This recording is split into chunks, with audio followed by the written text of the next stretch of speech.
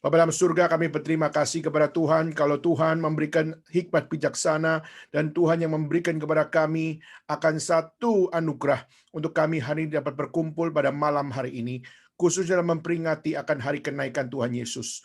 Tuhan, tolonglah kami supaya kami senantiasa diberikan hikmat bijaksana oleh Tuhan, diberikan anugerah dan diberikan kemampuan untuk kami dapat mencerna setiap firman Tuhan yang kami dengar.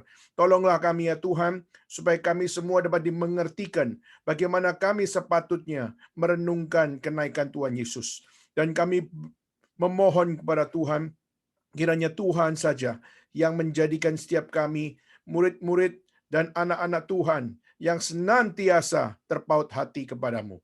Tolonglah untuk hamba-Mu yang akan menyampaikan firman Tuhan pada malam hari ini, dan kiranya Tuhan yang pakai kesempatan ini khususnya untuk firman Tuhan dapat terberitakan kepada setiap jemaat-Mu yang ada di China, yang ada di Hong Kong, yang ada di Taiwan, maupun yang ada di Indonesia. Kiranya Tuhan yang berbelas kasihan memimpin jalannya ibadah hari ini, dari awal sampai akhir, di dalam pertolongan Tuhan saja. Terima kasih ya Tuhan, inilah doa kami yang kami serahkan. Di dalam nama Yesus Kristus, kami bersama-sama berdoa dan berterima kasih. Amin. Baik, saudara sekalian, mari kita membuka satu bagian dalam kitab suci. Kita membuka dan membaca dalam Lukas pasal 24, dan dalam 24 ayat 50, 51, 52, dan 53. Lukas 24 ayat 50 sampai ayat 53. Dan mari kita membaca ayat-ayat ini, dan biarlah mulai pembacaan ayat-ayat ini mendasari setiap apa yang hari ini kita akan kumulkan, khususnya dalam kebaktian kenaikan Tuhan Yesus. Dan mari kita membaca bersama-sama. Lalu Yesus membawa mereka keluar kota sampai dekat Betania. Di situ ia mengangkat tangannya dan memberkati mereka. Dan ketika ia sedang memberkati mereka, ia berpisah dari mereka dan terangkat ke surga. Mereka sujud menyembah kepadanya, lalu mereka pulang ke Yerusalem dengan sangat bersukacita. Mereka senantiasa berada di dalam bait Allah dan memuliakan Allah. So sekalian, mengapa kita hari ini merenungkan akan hari kenaikan Tuhan Yesus? Ketika selama ini kita merenungkan mengapa Kristus datang ke dalam dunia, melalui kelahirannya, kita percaya adalah karena Allah rela datang ke dalam dunia menjadi manusia melalui inkarnasi, sehingga tidak ada satupun pengharapan yang dapat muncul dari manusia, yang dapat muncul dari setiap ciptaan Tuhan. Karena semuanya adalah tidak mungkin terjadi, karena semua sudah jatuh di dalam dosa, semua terbatas. Tetapi kita melihat justru Allah rela datang dalam dunia menjadi manusia dan berinkarnasi, sehingga di sini menyatakan Kristus adalah Allah dan Kristus adalah manusia. Maka di sini Kristus 100% adalah Allah dan Kristus 100% adalah manusia. Maka di sini menyatakan akan satu dalil di mana Kristus adalah satu-satunya pengharapan manusia, di mana manusia bisa keluar dari dosa, yaitu hanya melalui inisiatif dari Allah saja, yaitu adalah Yesus Kristus yang adalah anak Allah, yang dia adalah 100% Allah, dan dia 100% manusia, dan dia datang ke dalam dunia. Di mana kita melihat hari ini ada satu ajaran dari satu sekte yang namanya Saksi Yehova. Di mana Saksi Yehova adalah satu sekte yang menamakan dirinya Kristen. Tetapi meskipun dia menamakan diri Kristen, dia tidak percaya Allah adalah Tritunggal. Dia tidak percaya Kristus memiliki akan deity atau memiliki akan keunikan, yaitu dia adalah Allah. Maka Saksi Yehova juga menyatakan bahwa Roh Kudus itu bukan Allah, tapi Roh Kudus hanyalah satu energi ilahi saja. Dan kita melihat di sini Yesus bahkan dikatakan bahwa Yesus dia hanyalah manusia biasa, dan dia adalah malaikat, dan dia yang datang ke dalam dunia itu adalah karena Tuhan memberikan misi kepada dia, dan Tuhan yang memberikan akan satu tujuan bagi dia. Maka saudara, dalam hal ini Yesus hanyalah suruhan. Maka Yesus di sini hanyalah jongos dan Yesus hanyalah akan satu hal, utusan yang tidak tahu apa-apa. Pertanyaan, benarkah seperti itu? Jawabannya adalah tidak. Kenapa? Karena dia adalah truly God and truly man. Dia adalah sungguh-sungguh adalah Allah dan dia adalah sungguh-sungguh adalah manusia. Dan dia Allah yang rela datang ke dalam dunia menjadi manusia dan dia menggenapi akan rencana Tuhan, yaitu menyelamatkan orang-orang yang berdosa. Maka saudara, Kristus dalam dunia melalui kelahirannya menyatakan inkarnasi Allah dan menyatakan Allah 100% dan Allah yang menghadirkan dirinya di dalam dunia dan dia adalah manusia 100% dan dia menggenapi rencana Tuhan. Maka dialah satu-satunya yang dapat menjadi pengharapan manusia dan dialah satu-satunya yang dapat memberikan akan jalan keselamatan di dalam diri manusia. Mengapa Kristus datang dunia? Kedua adalah karena untuk menyatakan rencananya melalui kematian. Kematian apa? Kematian yang dinyatakan di atas kayu salib. Supaya apa? Supaya setiap orang berdosa, setiap orang-orang yang percaya kepadanya tidak binasa, melainkan memperoleh hidup yang kekal. Maka keselamatan hanya dapat digenapi di dalam Yesus Kristus. Tidak seorang pun rasul, tidak seorang pun nabi, tidak seorang pun filsuf maupun pendiri agama yang dapat menyatakan keselamatan bagi orang lain. Maka saudara, ini adalah sesuatu hal keselamatan yang kekal, hidup yang kekal hanya dapat diberikan, dapat digenapi, dan dapat dianugerahkan dari pribadi Yesus Kristus saja. Dan juga kenapa Kristus datang dunia? Karena dia bukan hanya sedang lahir, dia bukan sekedar mati, tetapi dia pun bangkit dari kematian. Dan inilah satu keunikan di mana kita melihat Kristus bangkit, menyatakan kemenangan atas maut. Di mana kita melihat setiap orang yang paling agung di sepanjang sejarah, kita melihat mereka semua mengajar, mereka semua memberikan akan satu filsafat, memberikan satu teologi, mereka memberikan akan pemikiran-pemikiran yang agung. Namun semua pemikiran-pemikiran itu terbatas. Sehingga dia hanya mengajar, mereka hanya menghidupi, mereka hanya memberikan akan contoh dan teladan, tetapi mereka semua adalah manusia biasa. Dan mereka semua sudah tenggelam di dalam maut, dan yang terpenting mereka bukan Allah, dan mereka bukan manusia yang tidak berdosa. Maka disinilah kita melihat Yesus, dia lahir sebagai 100% Allah, 100% manusia yang tidak berdosa. Kematian Kristus juga dia mati 100% Allah, 100% manusia, tapi waktu dia datang ke dalam dunia dan mati di situ, dia menanggung dosa manusia untuk apa? Untuk supaya manusia dapat memperoleh pengharapan. Tetapi pengharapan itu adalah pengharapan yang hidup. Kenapa? Karena dia mati, tetapi dia 3 hari kemudian dia bangkit dari kematian. Dan waktu dia bangkit dari kematian, dia sungguh-sungguh menyatakan kemenangan atas maut. Sehingga dia pada saat menyatakan kebangkitannya, dia menyatakan bahwa pengharapan itu sungguh-sungguh ada. Pengharapan sungguh-sungguh hadir dan pengharapan sungguh-sungguh dapat menjamin hidup saudara dan saya. Nah, tetapi pertanyaannya, bagaimana kita memahami tentang kenaikan Kristus? Mengapa Yesus Kristus harus naik ke surga? Kenapa Yesus Kristus harus untuk menyatakan satu fenomena ini? Yaitu pada saat dia bangkit, dia menampakkan diri kepada para murid, dan dia naik ke surga. Maka pada saat kita melihat ini perlu menjadi satu pegangan bagi kita. Mengapa Yesus Kristus harus naik ke surga? Saudara, sebelum kita masuk dalam pembacaan yang akan kita bahas bersama, kita akan melihat mengapa Kristus harus naik ke surga.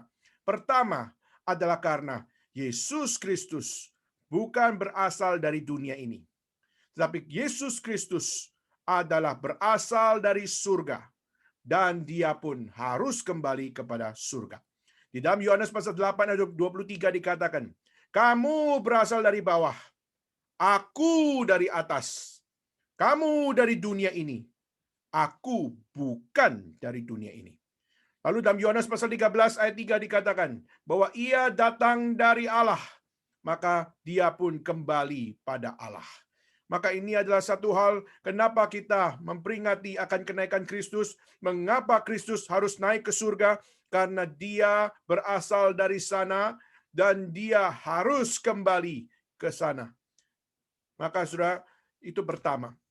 Kedua, yaitu kenapa kita memperingati akan hari kenaikan Kristus. Kedua adalah karena pada saat Yesus naik ke surga, dia menyatakan bahwa sudah selesai, sudah sempurna setiap apa yang menjadi rencana Tuhan di saat Allah mengirimkan anak yang tunggal datang dalam dunia. Maka Kristus sudah menyelesaikannya dengan sempurna.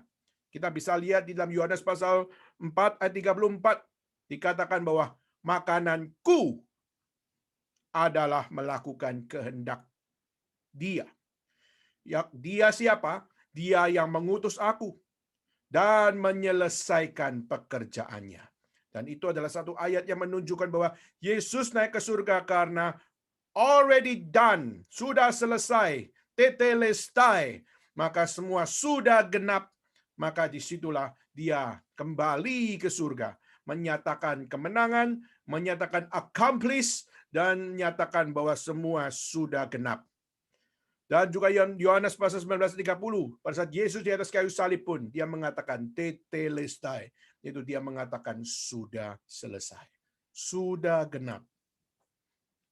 Lalu juga ketiga, mengapa Kristus naik ke surga?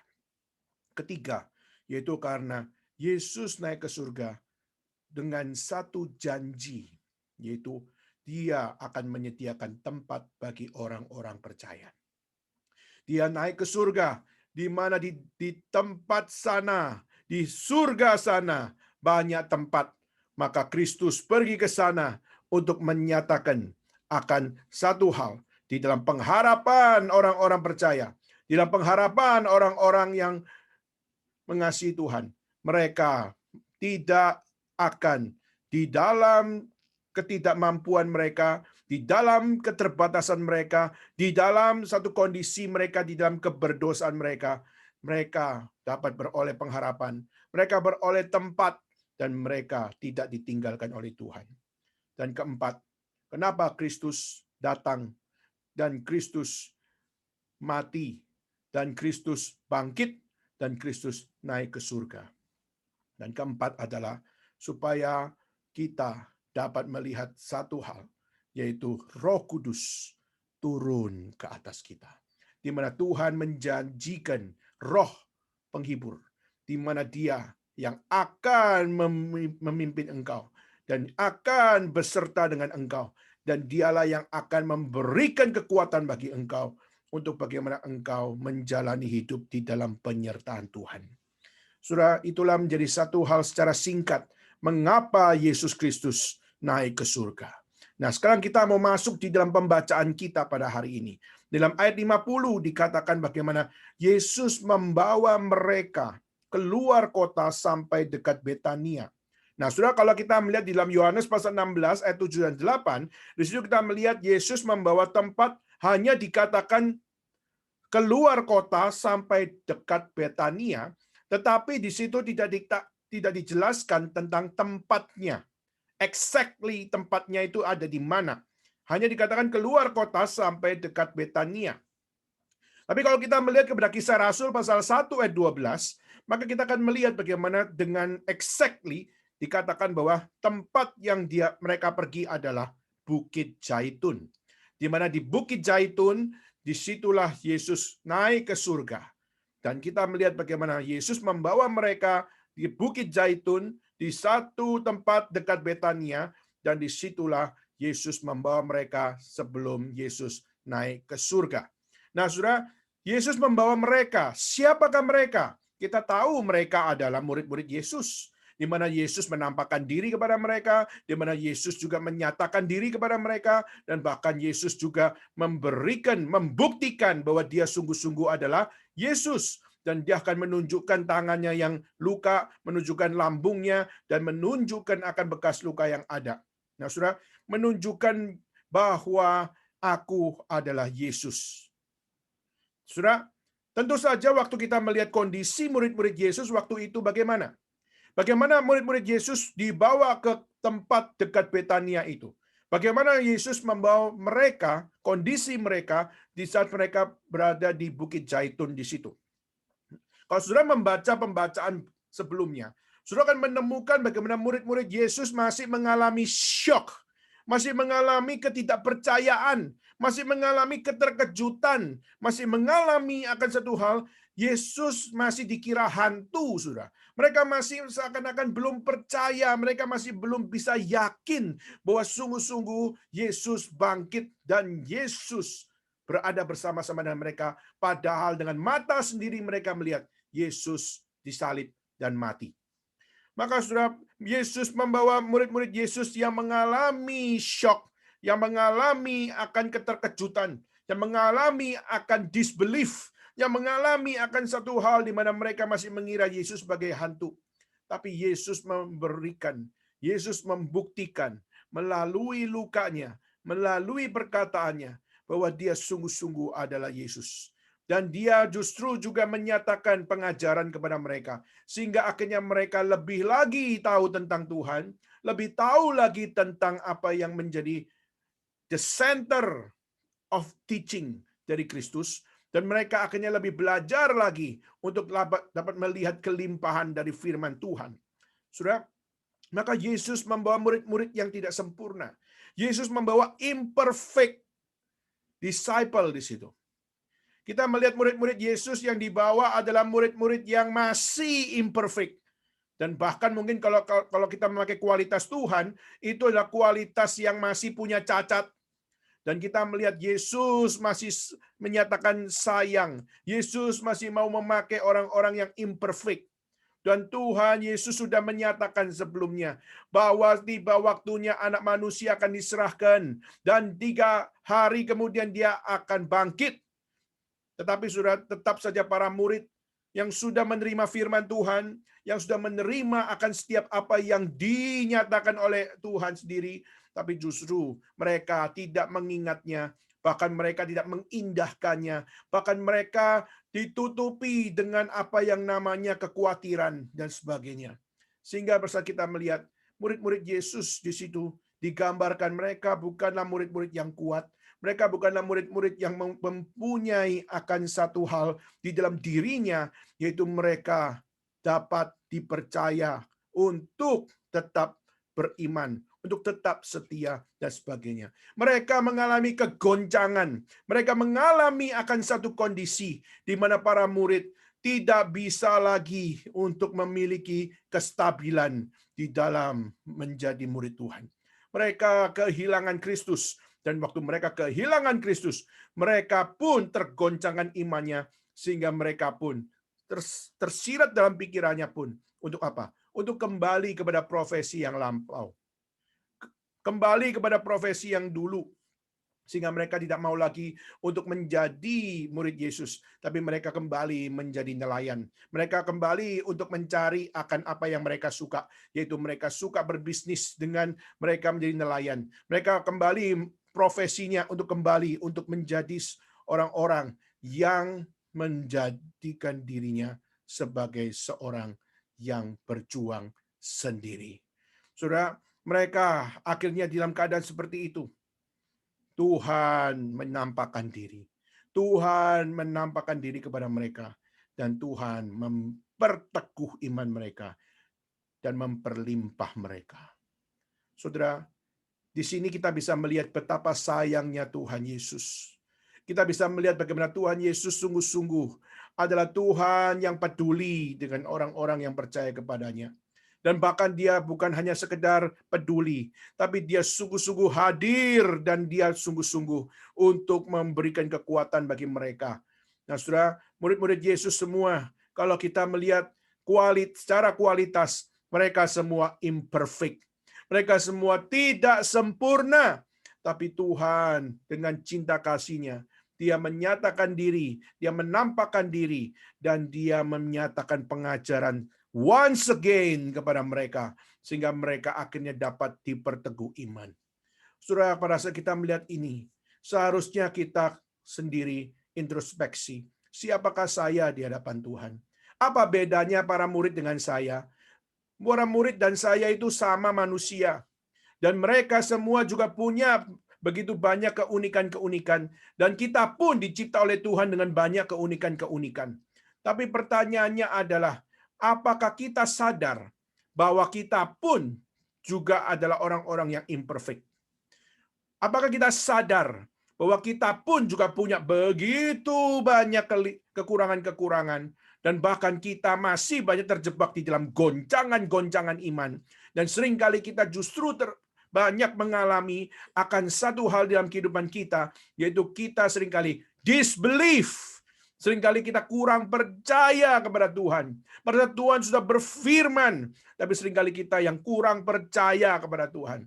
Nah, Saudara, banyak sekali kondisi yang imperfect ini menjadi sesuatu yang terlupakan di dalam diri kita. Kita menganggap mereka lah yang imperfect, tapi seringkali kita lupa bahwa kita juga adalah orang-orang imperfect. Dan Tuhan mengasihi orang-orang imperfect ini. Ada keunikan apa sehingga Tuhan mau mengasihi orang-orang imperfect ini? Tetapi Tuhan mau menampakkan diri kepada mereka. Tuhan mau mengajar sekali lagi kepada mereka dan memperteguh iman mereka. Saudara, ini menunjukkan betapa Tuhan sungguh-sungguh peduli dengan kerohanian saudara dan saya. Seperti Dia peduli kepada murid-murid, Dia pun peduli kepada saudara dan saya. Itulah kenapa kita melihat gereja Tuhan terus mengajak saudara untuk melihat betapa pentingnya setiap apa yang terjadi dalam sejarah, yaitu dalam kelahiran Kristus, kematian Kristus, kebangkitan Kristus, maupun kenaikan Kristus. Kita perlu untuk dapat melihat apa yang menjadi message yang penting di balik semuanya itu. Kenapa semuanya itu adalah penting, saudara? Karena itulah keunikan di dalam iman kekristenan yang begitu absolut dan yang begitu unik, sehingga kita melihat melalui kelahiran Kristus, saudara tidak bisa membandingkan dengan pikiran yang lain. Melalui kematian Kristus, kita bisa melihat kematian Kristus dengan kematian setiap pendiri agama yang lain. Saudara tidak mungkin bisa membedakan karena kesengsaraannya, karena setiap apa yang ditanggungnya, semuanya itu adalah sesuatu yang tidak mungkin dapat dipikirkan oleh manusia. Dan bahkan kebangkitannya, kita melihat ini pun sesuatu yang unik. Kenapa? Karena tidak ada akan satu fenomena di mana kebangkitan demi kebangkitan muncul, khususnya seperti apa yang ada pada Kristus. Karena Kristus, Dia menyatakan kebangkitan itu sebelum Dia ditangkap. Bahkan Dia mengatakan anak manusia akan ditangkap, akan diadili, akan disengsarakan, tetapi Dia juga akan mati. Tapi Dia 3 hari kemudian akan bangkit. Nah, saudara, ini ada satu nubuat, di mana nubuat yang sungguh-sungguh, di mana digenapi juga dengan sungguh-sungguh di dalam pribadi Kristus. Maka saudara, ini menjadi satu hal, kebangkitan Kristus pun adalah kebangkitan yang unik, sehingga kita melihat ini adalah sesuatu yang sangat-sangat tidak bisa kita anggap remeh. Kenapa? Karena melalui kelahirannya, kematiannya, kebangkitannya, kita bisa belajar melihat betapa krusialnya akan Kristus di dalam hidup manusia. Tapi juga kenaikannya, ini perlu juga menjadi satu perhatian bagi kita masing-masing. Pada saat Yesus Kristus, sebelum Dia naik ke surga, Dia membawa murid-murid yang imperfect ini, dan Dia memberikan sekali lagi akan satu anugerah untuk mereka yang masih berada di dalam disbelief, masih berada di dalam kondisi yang shock, dan mereka masih mengira Yesus, kira-kira dia adalah sungguh-sungguh manusia atau dia jangan-jangan adalah hantu dan sebagainya. Tapi pada saat Yesus menampakkan diri, pada saat Yesus menyatakan diri, dan pada saat Yesus mengajar sekali lagi kepada mereka, maka mereka akhirnya sadar Yesus Kristus adalah sungguh-sungguh Kristus. Dialah sungguh-sungguh adalah anak Allah. Dia sungguh-sungguh adalah anak manusia yang dimaksud.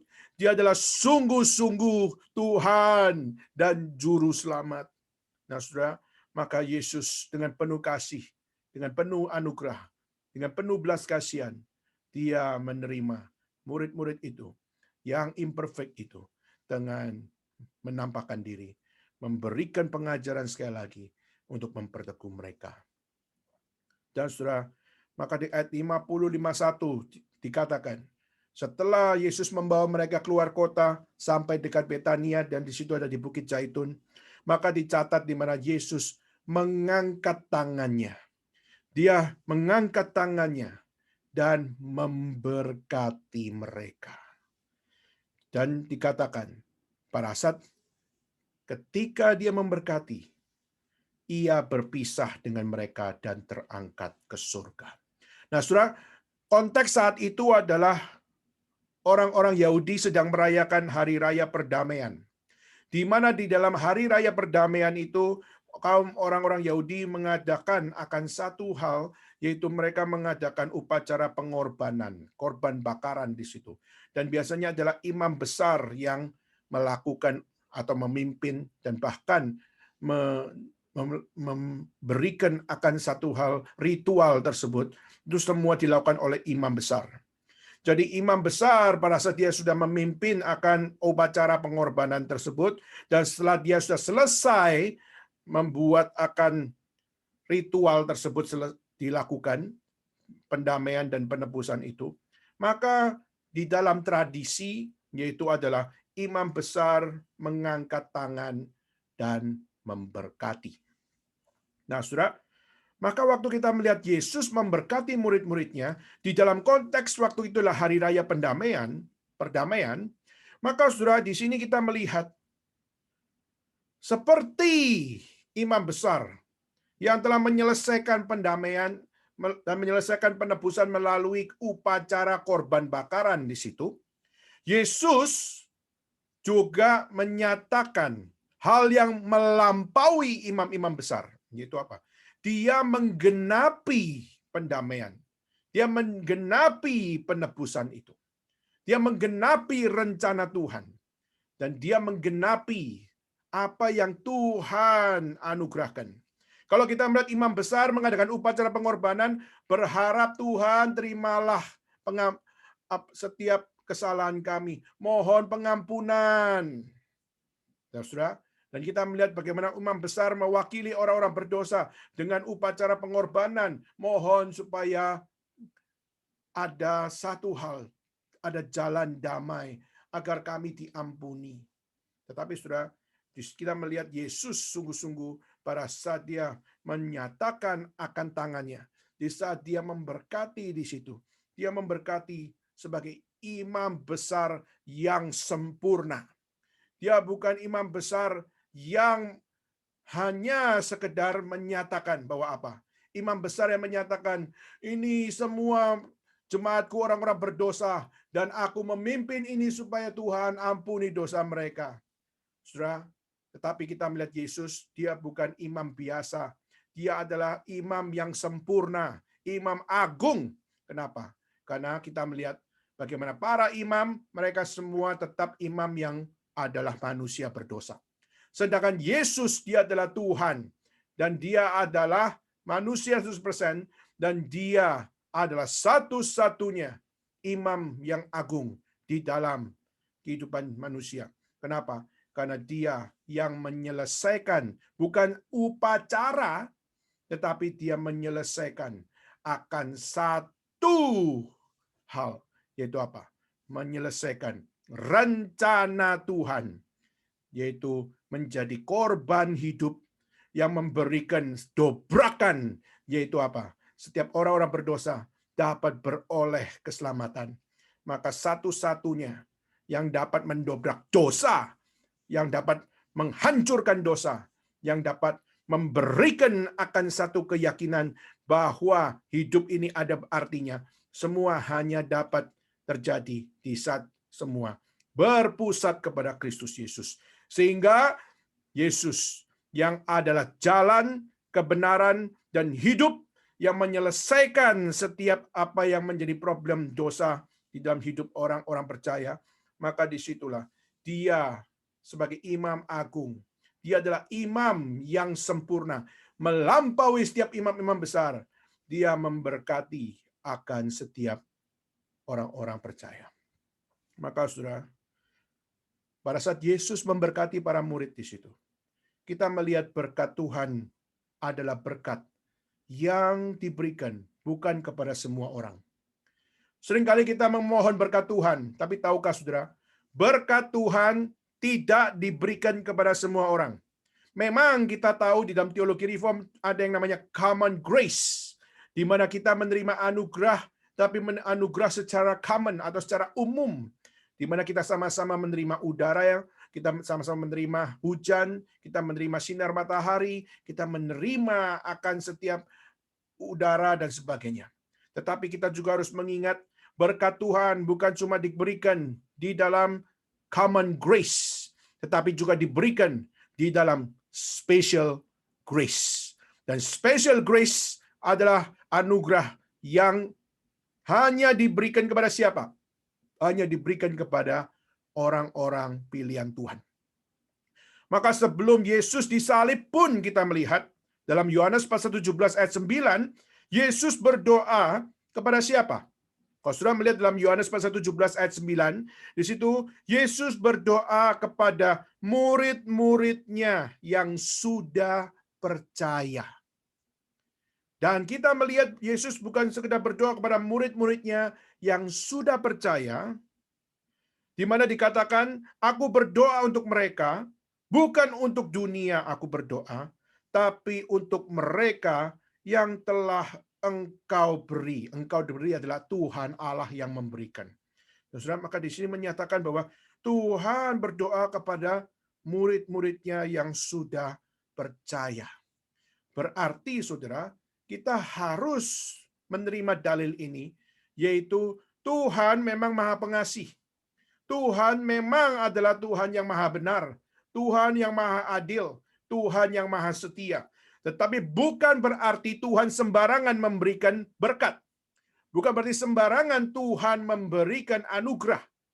Bukan sembarangan Tuhan menyatakan akan satu jaminan keselamatan kepada setiap orang atau sebagian orang. Maka dengan jelas kita melihat bagaimana Yesus sebelum disalibkan, Yesus berdoa. Yohanes 17 ayat 9, yaitu kepada orang-orang yang sudah percaya. Dalam hal ini adalah murid-muridnya yang sudah percaya. Nah, tetapi saudara juga muncul Yohanes pasal 17 ayat 20, di mana Yesus juga berdoa, sebelum Yesus disalibkan tentunya, Yesus berdoa kepada orang-orang yang akan percaya padanya.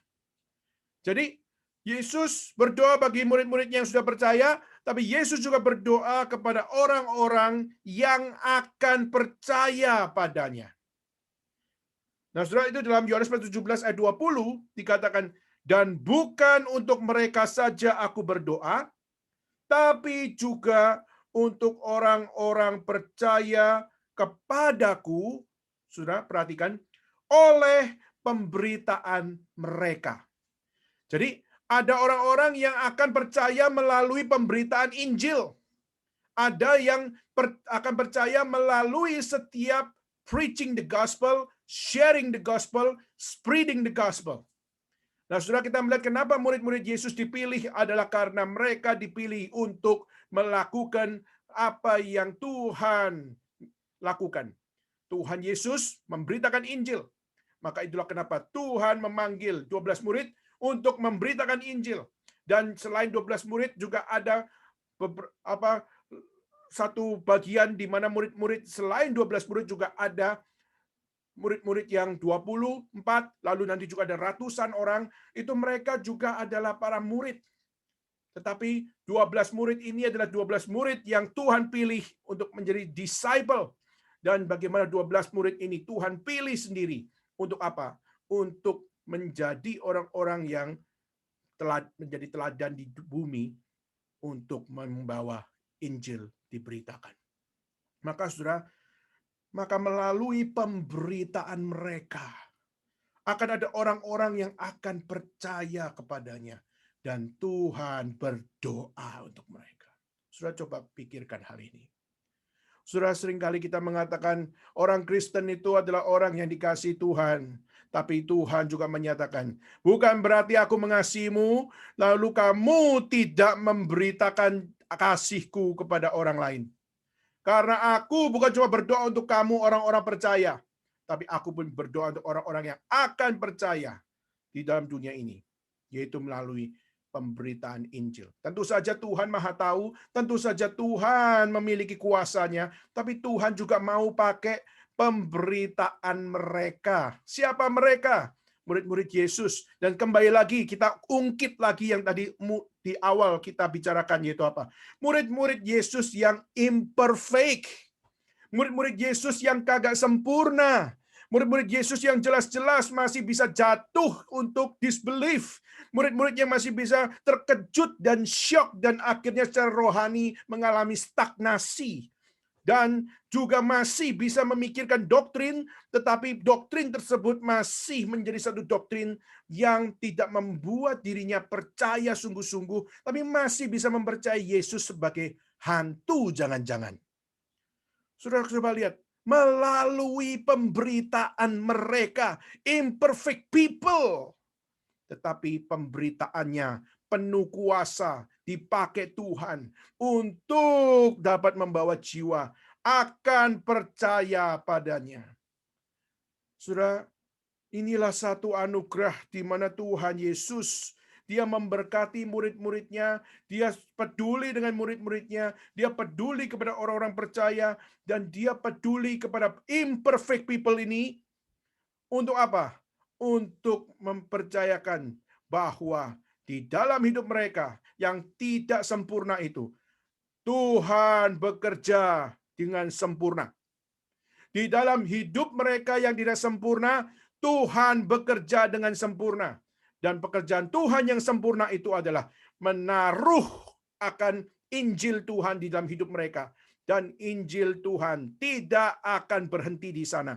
Tetapi mereka akan tetap di dalam Injil Tuhan, tapi mereka juga akan pergi dan memberitakan akan Injil. Sehingga dengan mereka akan pergi memberitakan Injil, maka orang-orang yang akan percaya, disitulah mereka menemukan Injil Tuhan. Dan semua itu apakah karena inisiatif dari manusia? Bukan, karena Yesus berdoa untuk itu. Berarti menunjukkan bahwa segala sesuatu yang manusia lakukan, jangan kita melihat bahwa itu adalah karena inisiatif manusia, sehingga satu orang bisa bertobat. Tetapi justru kita melihat pertobatan itu adalah karya Tuhan Allah. Justru pertobatan adalah karya keselamatan Allah. Sehingga waktu saudara hari ini bisa bertobat, percayalah, itulah karya Tuhan. Waktu saudara mungkin dengar khotbah, saudara tersentak hati, dan saudara bertobat, dan saudara berkata, ini saya Tuhan, saya orang berdosa, dan Tuhan terimalah saya, ampunilah saya. Dan waktu saudara bisa mengalami semua itu, ketahuilah, itu bukan kekuatan retorika pendeta. Itu bukan kekuatan retorika dari setiap orang-orang yang menamakan diri hamba Tuhan. Tapi itu adalah truly by the power of God alone. Itu sungguh-sungguh adalah karena Kristus, dan Kristus yang memakai bahasa yang lemah ini, memakai orang yang imperfect ini, dan memakai setiap apa yang ada pada ketidaksempurnaan seorang manusia yang berdosa ini. Tuhan dengan sempurna bekerja dalam hidup mereka. Saudara, dengan membawa orang yang belum kenal Tuhan bertobat, di situ kita melihat bahwa inilah satu hal yang begitu indah, yaitu Kristus. Dia memberkati para murid. Dia memberkati orang-orang yang imperfect. Supaya apa? Mereka yang sudah percaya, mereka mengalami Tuhan. Tapi juga dia berdoa kepada siapa? Orang-orang yang akan percaya melalui pemberitaan mereka. Mereka akan menerima Tuhan. Maka Yesus memberkati akan para murid.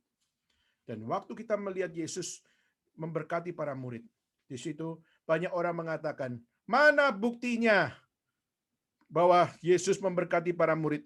Saudara, kalau kita melihat dalam Kisah Rasul pasal 1, kita melihat bagaimana 11 murid Yesus itu adalah saksi dari pemberkatan Kristus. Jadi sebenarnya kalau kita melihat kenaikan Kristus itu bukan berarti suatu hal yang personal, tapi kenaikan Kristus adalah sesuatu yang publik, secara publik kita melihatnya. Kenapa? Karena pertama, banyak saksi mata. Saksi mata lebih dari 2 orang, saudara. Kalau kita melihat di dalam Ulangan pasal 19 ayat 15, di situ kalau kita mau mau menyatakan bahwa ini adalah sesuatu yang benar atau tidak, itu harus ada satu saksi, ya, harus lebih dari satu saksi untuk dapat menyatakan bahwa ini adalah benar atau ini adalah salah. Jadi kalau cuma satu saksi menggugat, itu tidak relevan, saudara. Tetapi kalau ada 2 atau 3 saksi, maka itu sudah menjadi hal yang dapat dipercaya. Jadi segala sesuatu itu harus ada saksinya. Dan tetapi menjadi saksi di situ, tidak bisa cuma satu saksi. Karena satu saksi tidak dapat menggugat. Tapi kalau ada 2 atau 3 saksi, itu bisa menggugat sesuatu, misalnya mengatakan ini salah atau ini benar. Itu tercatat dalam Ulangan pasal 19 ayat 15, saudara. Dan bahkan kalau kita melihat dalam Perjanjian Baru, Paulus pun juga mengkutip dalam 1 Timotius pasal 5 ayat 19, bahwa kalau kamu melakukan segala sesuatu, bawa 2-3 orang saksi. Sehingga apa? Sehingga engkau dapat mempertanggungjawabkan segala sesuatu. Jadi harus ada saksinya. Nah, kita melihat kenaikan Kristus. Banyak orang mengatakan Yesus itu tidak sungguh-sungguh naik.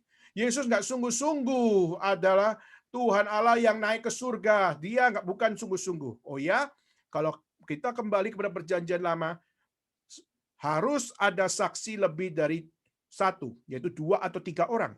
Lalu kita melihat dari 2-3 orang saksi, maka disitulah satu kejadian bisa dijamin bahwa apa? Bahwa ini adalah sungguh-sungguh terjadi. Nah, saudara, pada saat Yesus naik ke surga, ada berapa saksi? Bukan 2-3 orang, saudara. 11 orang. Kenapa? Karena tidak ada Yudas Iskariot. Kalau ada Yudas Iskariot 12. Tapi Yudas Iskariot sudah bunuh diri. Sehingga hanya 11 murid Yesus. Dan 11 murid Yesus di situ adalah saksi mata. Dan juga kalau kita melihat saksi mata di situ bukan saksi mata di malam yang gelap. Kita lihat Kisah Rasul pasal 1 ayat 9 dikatakan bahwa pada siang hari pada saat masih ada awan di situ. Masih ada awan di situ, maka Yesus naik terangkat ke surga. Maka banyak saksi matanya, lebih dari 2-3 orang, bahkan 11 orang, dan bahkan di situ siang hari, di mana masih ada awan di situ. Dan belum lagi kalau kita melihat pasal 1 ayat 12 juga dikatakan bahwa apa? Di ruang terbuka, yaitu di Bukit Zaitun. Jadi bukan di satu tempat yang tertutup, tapi bahkan di ruang terbuka. Dia terangkat ke surga. Nah, saudara, jadi waktu kita melihat semuanya ini, adalah satu hal yang perlu kita yakini. Bahwa apa yang dilakukan, khususnya di dalam peristiwa tersebut. Kristus memberkati para murid, dan akhirnya dia terangkat ke surga. Di situ bukan sembarangan Kristus melakukannya. Tapi dia adalah truly God, dia adalah truly man, dan dia truly hope. Dan sungguh-sungguh dialah yang dapat memberikan kekuatan bagi kita, the imperfect people ini, to keep spreading the gospel. Di saat Kristus tak bersama-sama dengan kita, tapi tangannya memberkati kita. Dan tahukah saudara, tangan yang memberkati adalah tangan yang ada lubang pakunya. Pernahkah saudara pikir, seringkali kita terima berkat dari pendeta, kita terima berkat dari para hamba Tuhan. Tahukah saudara, tangannya tidak ada bekas luka. Kalaupun ada bekas luka, mungkin luka karena nyamuk, digigit nyamuk dan sebagainya. Tapi ini bekas luka karena mengampuni dosa manusia, mengampuni anak orang-orang percaya, dan dia rela mati di kayu salib dan menerima setiap penderitaan, dan tangan, kaki dipaku, dan lambungnya ditusuk, menerima mahkota duri. Semua itu adalah sungguh-sungguh menyatakan bahwa apa? Dia adalah Allah yang peduli dengan saudara dan saya sebagai orang berdosa, dan dia satu-satunya yang dapat memberikan keselamatan bagi saudara dan saya. Dan saya merasa membayangkan dia memberkati waktu itu. Tangan yang berbeda. Kenapa? Karena waktu dia memberkati, di situ ada bekas luka. Saudara, bekas luka karena dipaku. Bekas luka karena harus menderita. Ada harga yang harus dia bayar untuk kita bisa diselamatkan. Bekas luka itu seharusnya mengingatkan kita betapa sungguh-sungguh Tuhan mengasihi saudara dan saya. Betapa sungguh-sungguh Tuhan peduli kepada saudara dan saya. Sehingga saudara dan saya melihat di dalam tangan Kristus ada bekas luka di mana dia harus membayar harga supaya kita diselamatkan. Saudara, maka tanpa berkat Tuhan di dalam karya keselamatannya, saudara, kau tidak mungkin dapat mengenal sungguh-sungguh apa arti kasihnya Allah. Kalau saudara tanpa melihat berkat Allah di dalam setiap penderitaannya, saudara tidak mungkin bisa mengerti apa arti Tuhan peduli kepada kita. Dan kalau kita tidak pernah bisa membayangkan berkatnya waktu diberikan dengan luka-luka yang harus ditanggungnya, saudara tidak mungkin bisa dapat mengerti kenapa dia melakukan semuanya itu. Saudara, saya yakin dan percaya pada saat murid-murid Yesus menerima berkat Tuhan, menerima akan berkat dari Ia yang sudah bangkit dari kematian. Saya yakin dan percaya mereka sangat merasa tidak layak. Saya percaya pada saat Yesus menaikkan tangannya dan memberkati mereka. Saudara, saya yakin dan percaya dalam 3 tahun pelayanan Yesus bersama-sama dengan para murid, saya percaya para murid sudah berkali-kali menerima berkat Tuhan. Saya yakin dan percaya Yesus sudah memberkati mereka berkali-kali. Tetapi saudara, tahukah saudara, yang di Bukit Zaitun, waktu dia memberkati dengan bekas luka yang ada, saya yakin dan percaya para murid mengerti apa arti blessing yang sesungguhnya. Apa arti berkat yang sesungguhnya. Saudara, berarti pada saat melihat tangan Yesus memberkati, di mana dia untuk memberkati, dia membayar harga. Dan dia mengirim kita untuk memberkati orang lain.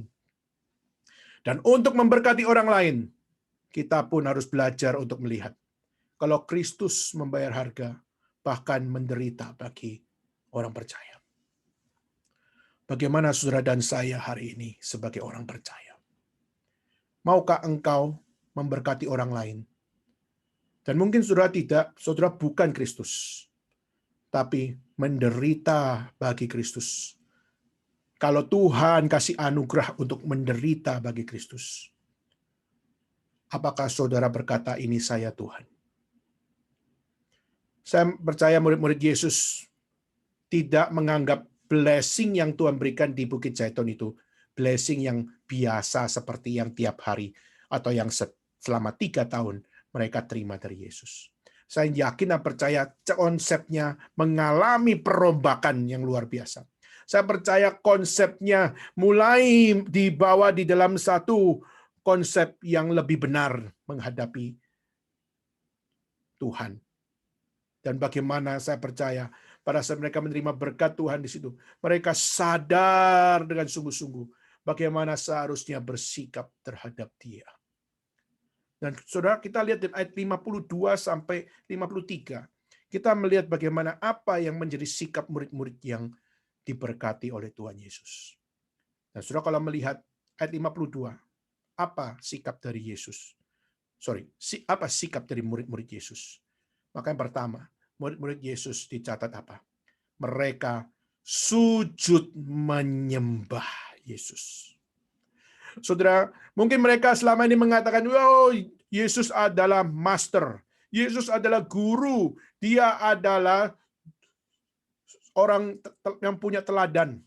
Dan dia adalah yang memiliki pengajaran yang luar biasa. Dan dia adalah sungguh-sungguh adalah guru agung. Tetapi saudara, banyak dari mereka mungkin tidak menganggap Yesus sebagai Tuhan. Tetapi sudah dicatat di sini sikap murid-murid adalah pertama, mereka sujud menyembah Yesus. Karena mereka tahu bahwa Yesus bukan sekedar manusia, tapi Dia adalah Tuhan, dan Dia adalah juru selamat, dan Dialah pengharapan orang percaya. Maka mereka sujud menyembah. Saudara, sujud menyembah dengan percaya Yesus adalah Tuhan dan juru selamat. Maka itulah kenapa kita melihat kekristenan tidak bisa menjadi kekristenan yang hanya dikatakan pokoknya Kristen. Kekristenan harus punya satu dalil. Apakah mereka percaya Yesus adalah Tuhan dan juru selamat? Apakah mereka percaya Yesus adalah 100% Tuhan dan 100% manusia yang tidak berdosa? Saudara, kalau kita melihat ajaran ini sudah dengan dalil yang salah, maka itu pasti ajaran yang tidak benar. Itu pasti ajaran yang bidat. Itu pasti ajaran yang tidak merefleksikan kebenaran Tuhan. Jadi kita nggak bisa berkata semua Kristen always adalah Kristen yang sesungguhnya. Tidak. Meskipun banyak dari mereka mengatakan, I am Christian. Misalnya kita melihat saksi Yehova, mereka menganggap dirinya Kristen, tapi mereka tidak bisa terima Yesus adalah Tuhan. Mereka tidak bisa terima Allah Tritunggal. Mereka tidak bisa terima Roh Kudus adalah Tuhan. Maka di sini mengatakan bahwa apa? Sujud menyembah. Kalau di sini memberikan satu penekanan bahwa Yesus adalah truly God and truly man, dan kita sebagai orang percaya sepatutnya sujud menyembah. Kenapa? Karena Yesus adalah Allah dan Yesus adalah manusia sempurna. Teladannya sempurna dan kita perlu belajar meneladani Dia.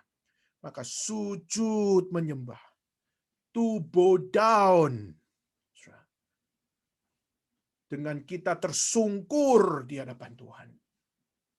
Itu yang sepatutnya menjadi sikap kita, saudara. Nah, saudara, di saat kita hari ini sudah tidak menganggap Yesus sebagai Tuhan dan Juru Selamat, maka saudara tidak mungkin punya konsep worship yang benar.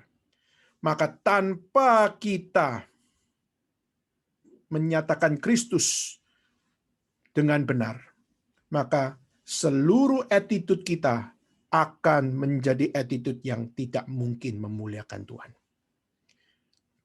Kedua, saudara, sikap pertama adalah sujud menyembah. Kedua adalah pulang ke Yerusalem dengan sangat bersukacita. Kata sangat bersukacita menunjukkan bahwa sungguh-sungguh Tuhan Yesus adalah Allah. Tuhan Yesus adalah manusia yang tidak berdosa. Dan Dia adalah Tuhan dan Juru Selamat saya. Maka saya bersukacita. Kenapa? Karena Tuhan sungguh-sungguh adalah pengharapan saya. Saudara, kalau Tuhan sungguh-sungguh adalah pengharapan kita, maka kita akan dengan sukacita menyatakan bahwa apa? Saya meskipun menderita pun rela. Meskipun saya mengalami begitu banyak kesusahan pun tidak mengapa. Kenapa? Karena semua itu Kristus juga terima. Tapi Kristus menerima semuanya sampai akhir. Dan Kristus menyatakan kemenangan. Dan kita semua memang orang berdosa. Tapi Kristus menanggung dosa kita semua. Khususnya orang-orang yang percaya padanya. Maka di situ kita seharusnya tidak kecil hati. Maka di situ kita seharusnya dengan penuh sukacita kita menerima Dia Dan di dalam keadaan apapun, kita percaya kepada Dia. Dan ketiga, dikatakan apa? Senantiasa berada di bait Allah dan memuliakan Allah. Saudara, senantiasa berada di bait Allah. Fokusnya bukan saudara berada di lokasi bait Allah itu. Kenapa? Karena bait Allah itu bisa berubah-ubah. Karena bait Allah bisa hancur. Bait Allah bisa eksis gedungnya, dan gedungnya juga bisa hancur. Jadi senantiasa berada di bait Allah. Memang kata-kata itu muncul ada berada di bait suci, berada di dalam gereja kalau kita bisa pakai istilah yang lebih kontemporer, yaitu adalah berada di dalam rumah Tuhan. Tapi pertanyaan adalah ngapain mereka di rumah Tuhan? Itu yang penting, Saudara. Orang masuk gereja langsung dicap adalah orang suci. Belum tentu, Saudara. Ada orang masuk dalam gereja cuma untuk numpang toilet doang. Dan waktu numpang toilet, bagaimana mungkin kita bisa menilai dia adalah orang suci, padahal dia masuk gereja cuma untuk numpang toilet. Saudara, maka ini menjadi sesuatu hal yang kita harus yakini, yaitu apa? Berada di rumah Tuhan bukan pada tempatnya, tapi apa yang dilakukan di dalam tempat tersebut. Dan saudara, di situ kita melihat para murid Yesus, mereka bersekutu dengan orang beriman. Dia bersekutu dengan orang-orang yang belajar firman. Mereka bersekutu melayani Tuhan bersama. Mereka bersekutu untuk mereka sama-sama untuk menggumulkan kebenaran firman Tuhan. Dan mereka membangun attitude bersama. Mereka membangun pengajaran bersama. Mereka membangun kesaksian hidup bersama. Mereka saling untuk mengalami akan satu pertumbuhan bersama. Dan memuliakan Allah. Memuliakan Allah berarti apa? Belajar melakukan segala sesuatu bukan untuk cari muka. Melakukan segala sesuatu bukan untuk keuntungan sendiri.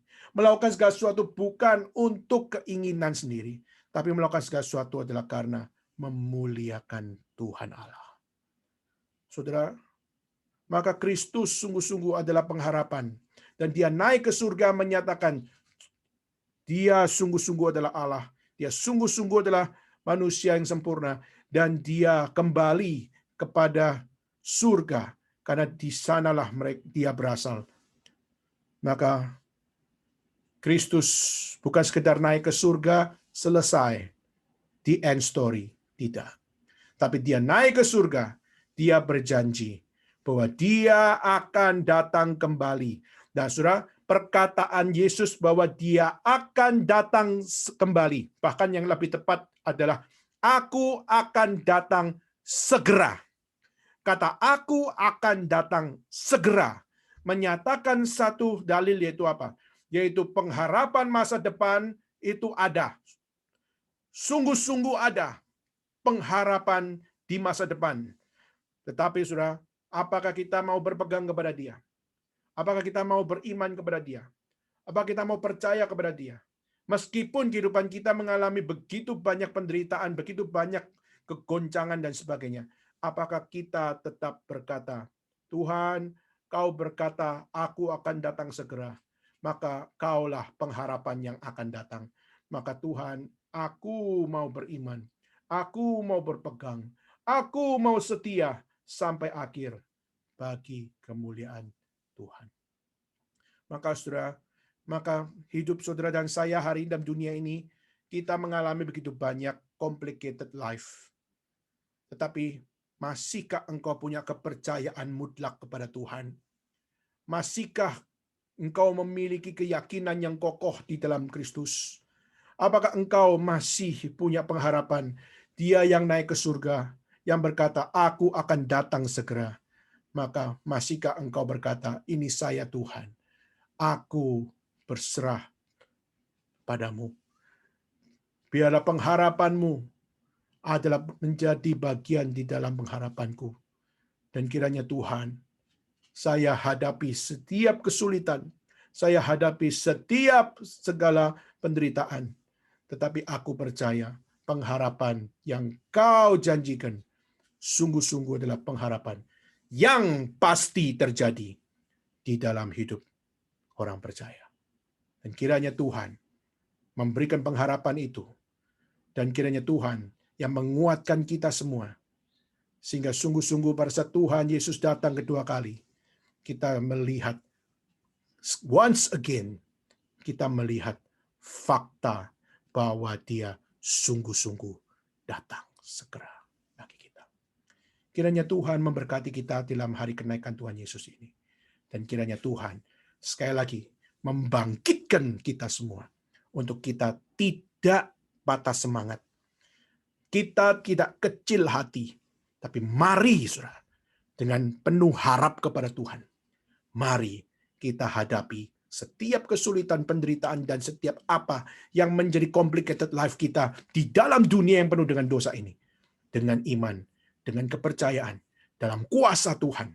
Percaya, Tuhan beserta kita, dan Dia menyertai kita sampai Dia datang kembali bagi kita. Amin. Mari kita bagi berdiri bersama-sama. Dan mari kita bersama-sama mengambil sikap berdoa. Dan saya mengajak saudara sekalian untuk memakai waktu sebentar untuk saudara bersama-sama berdiam diri sejenak. Dan kita sama-sama mohon kepada Tuhan. Saudara ambillah sikap pribadi di hadapan Tuhan. Bagaimana saudara bertanyalah kepada dirimu sendiri. Apa arti kenaikan Kristus di dalam hidup kita? Apakah saudara sadar kenaikan Kristus begitu susah untuk kita pahami? Kenapa? Karena seringkali kita memahaminya hanya di dalam imperfect thinking. Kita semua terbatas, kita semua tidak punya kuasa, nggak punya kekuatan, tidak punya akan kelebihan, tidak punya kesucian, tidak punya kekudusan. Seringkali kita begitu terbatas. Namun Tuhan, Engkau menyatakan Kristus sebagai satu-satunya Tuhan dan Juru Selamat. Dan sungguh-sungguh dapat memberikan keyakinan dan memberikan sekali lagi pengajaran. Sehingga para murid pun dapat sadar betapa lemahnya iman, betapa lemahnya mereka, dan mereka tahu betapa kecilnya apa yang ada pada diri mereka. Tapi hari ini, saudara mendengar di mana mereka pada saat menerima berkat Tuhan, di mana Tuhan Yesus adalah yang membayar harga, Juru Selamat yang membayar harga, Imam Agung yang membayar harga untuk menjadi korban hidup bagi setiap orang-orang berdosa. Nah, saudara, pada saat kita melihat semuanya itu, murid-murid Yesus, mereka sudah tidak lagi kecil hati. Mereka tidak lagi mengalami goncangan iman. Tapi justru mereka dipenuhi dengan sukacita. Mereka dipenuhi dengan sujud menyembah. Mereka dipenuhi dengan satu kesadaran, yaitu mereka yang ada murid-murid Yesus. Mereka bersekutu dan mereka memuliakan Tuhan tanpa bersungut-sungut. Karena mereka tahu Yesus sudah bangkit. Yesus naik ke surga. Dan Yesus berkata, "Aku akan datang segera." Dan hari ini, siapakah yang berkata, "Tuhan, saya sangat bersyukur karena di hari ini Tuhan sekali lagi berbicara kepada saya secara pribadi. Untuk saya mau mengintrospeksi diri. Sudahkah saya sujud menyembah Tuhan seperti para murid? Sudahkah saya dengan penuh sukacita mengikut Kristus? Sudahkah saya bersekutu dengan saudara seiman dan memuliakan Tuhan di dalam kehidupanku sebagai orang percaya? Hari ini juga Tuhan berkata, "Aku akan datang segera." Apakah kita penuh pengharapan untuk menantikan pengharapan itu? Maka hari ini saudara sekalian, siapa yang berkata, "Tuhan, saya mau seperti para murid, sadar dan berkata, Tuhan, penuhi saya dengan sukacita itu. Dan Tuhan tambahkan akan satu hati persekutuan untuk aku sama-sama mau bertumbuh bersama dan memuliakan Tuhan bersama-sama." Dan saudara, siapa yang punya doa seperti ini? Saudara pakailah kesempatan ini untuk saudara dengan hati yang terpaut kepada Tuhan, saudara berdoa secara pribadi kepada Tuhan. Berdoalah kepada Tuhan, ini saya Tuhan. Dengarlah doa saya orang yang imperfect ini. Tambahkan sukacita, iman, tambahkan untuk saya dapat memuliakan Tuhan dengan benar. Berdoalah secara pribadi di hadapan Tuhan. Pakailah waktu sejenak ini. Berdoa secara pribadi, mohonlah kepada Tuhan. Dan biarlah Tuhan yang mendengar doamu. Dan Tuhan yang menambahkannya kepadamu.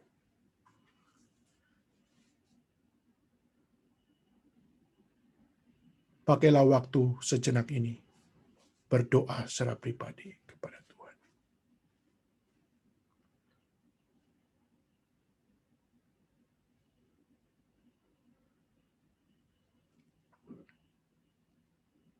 Saya minta untuk dua rekan kita berdoa pada hari ini.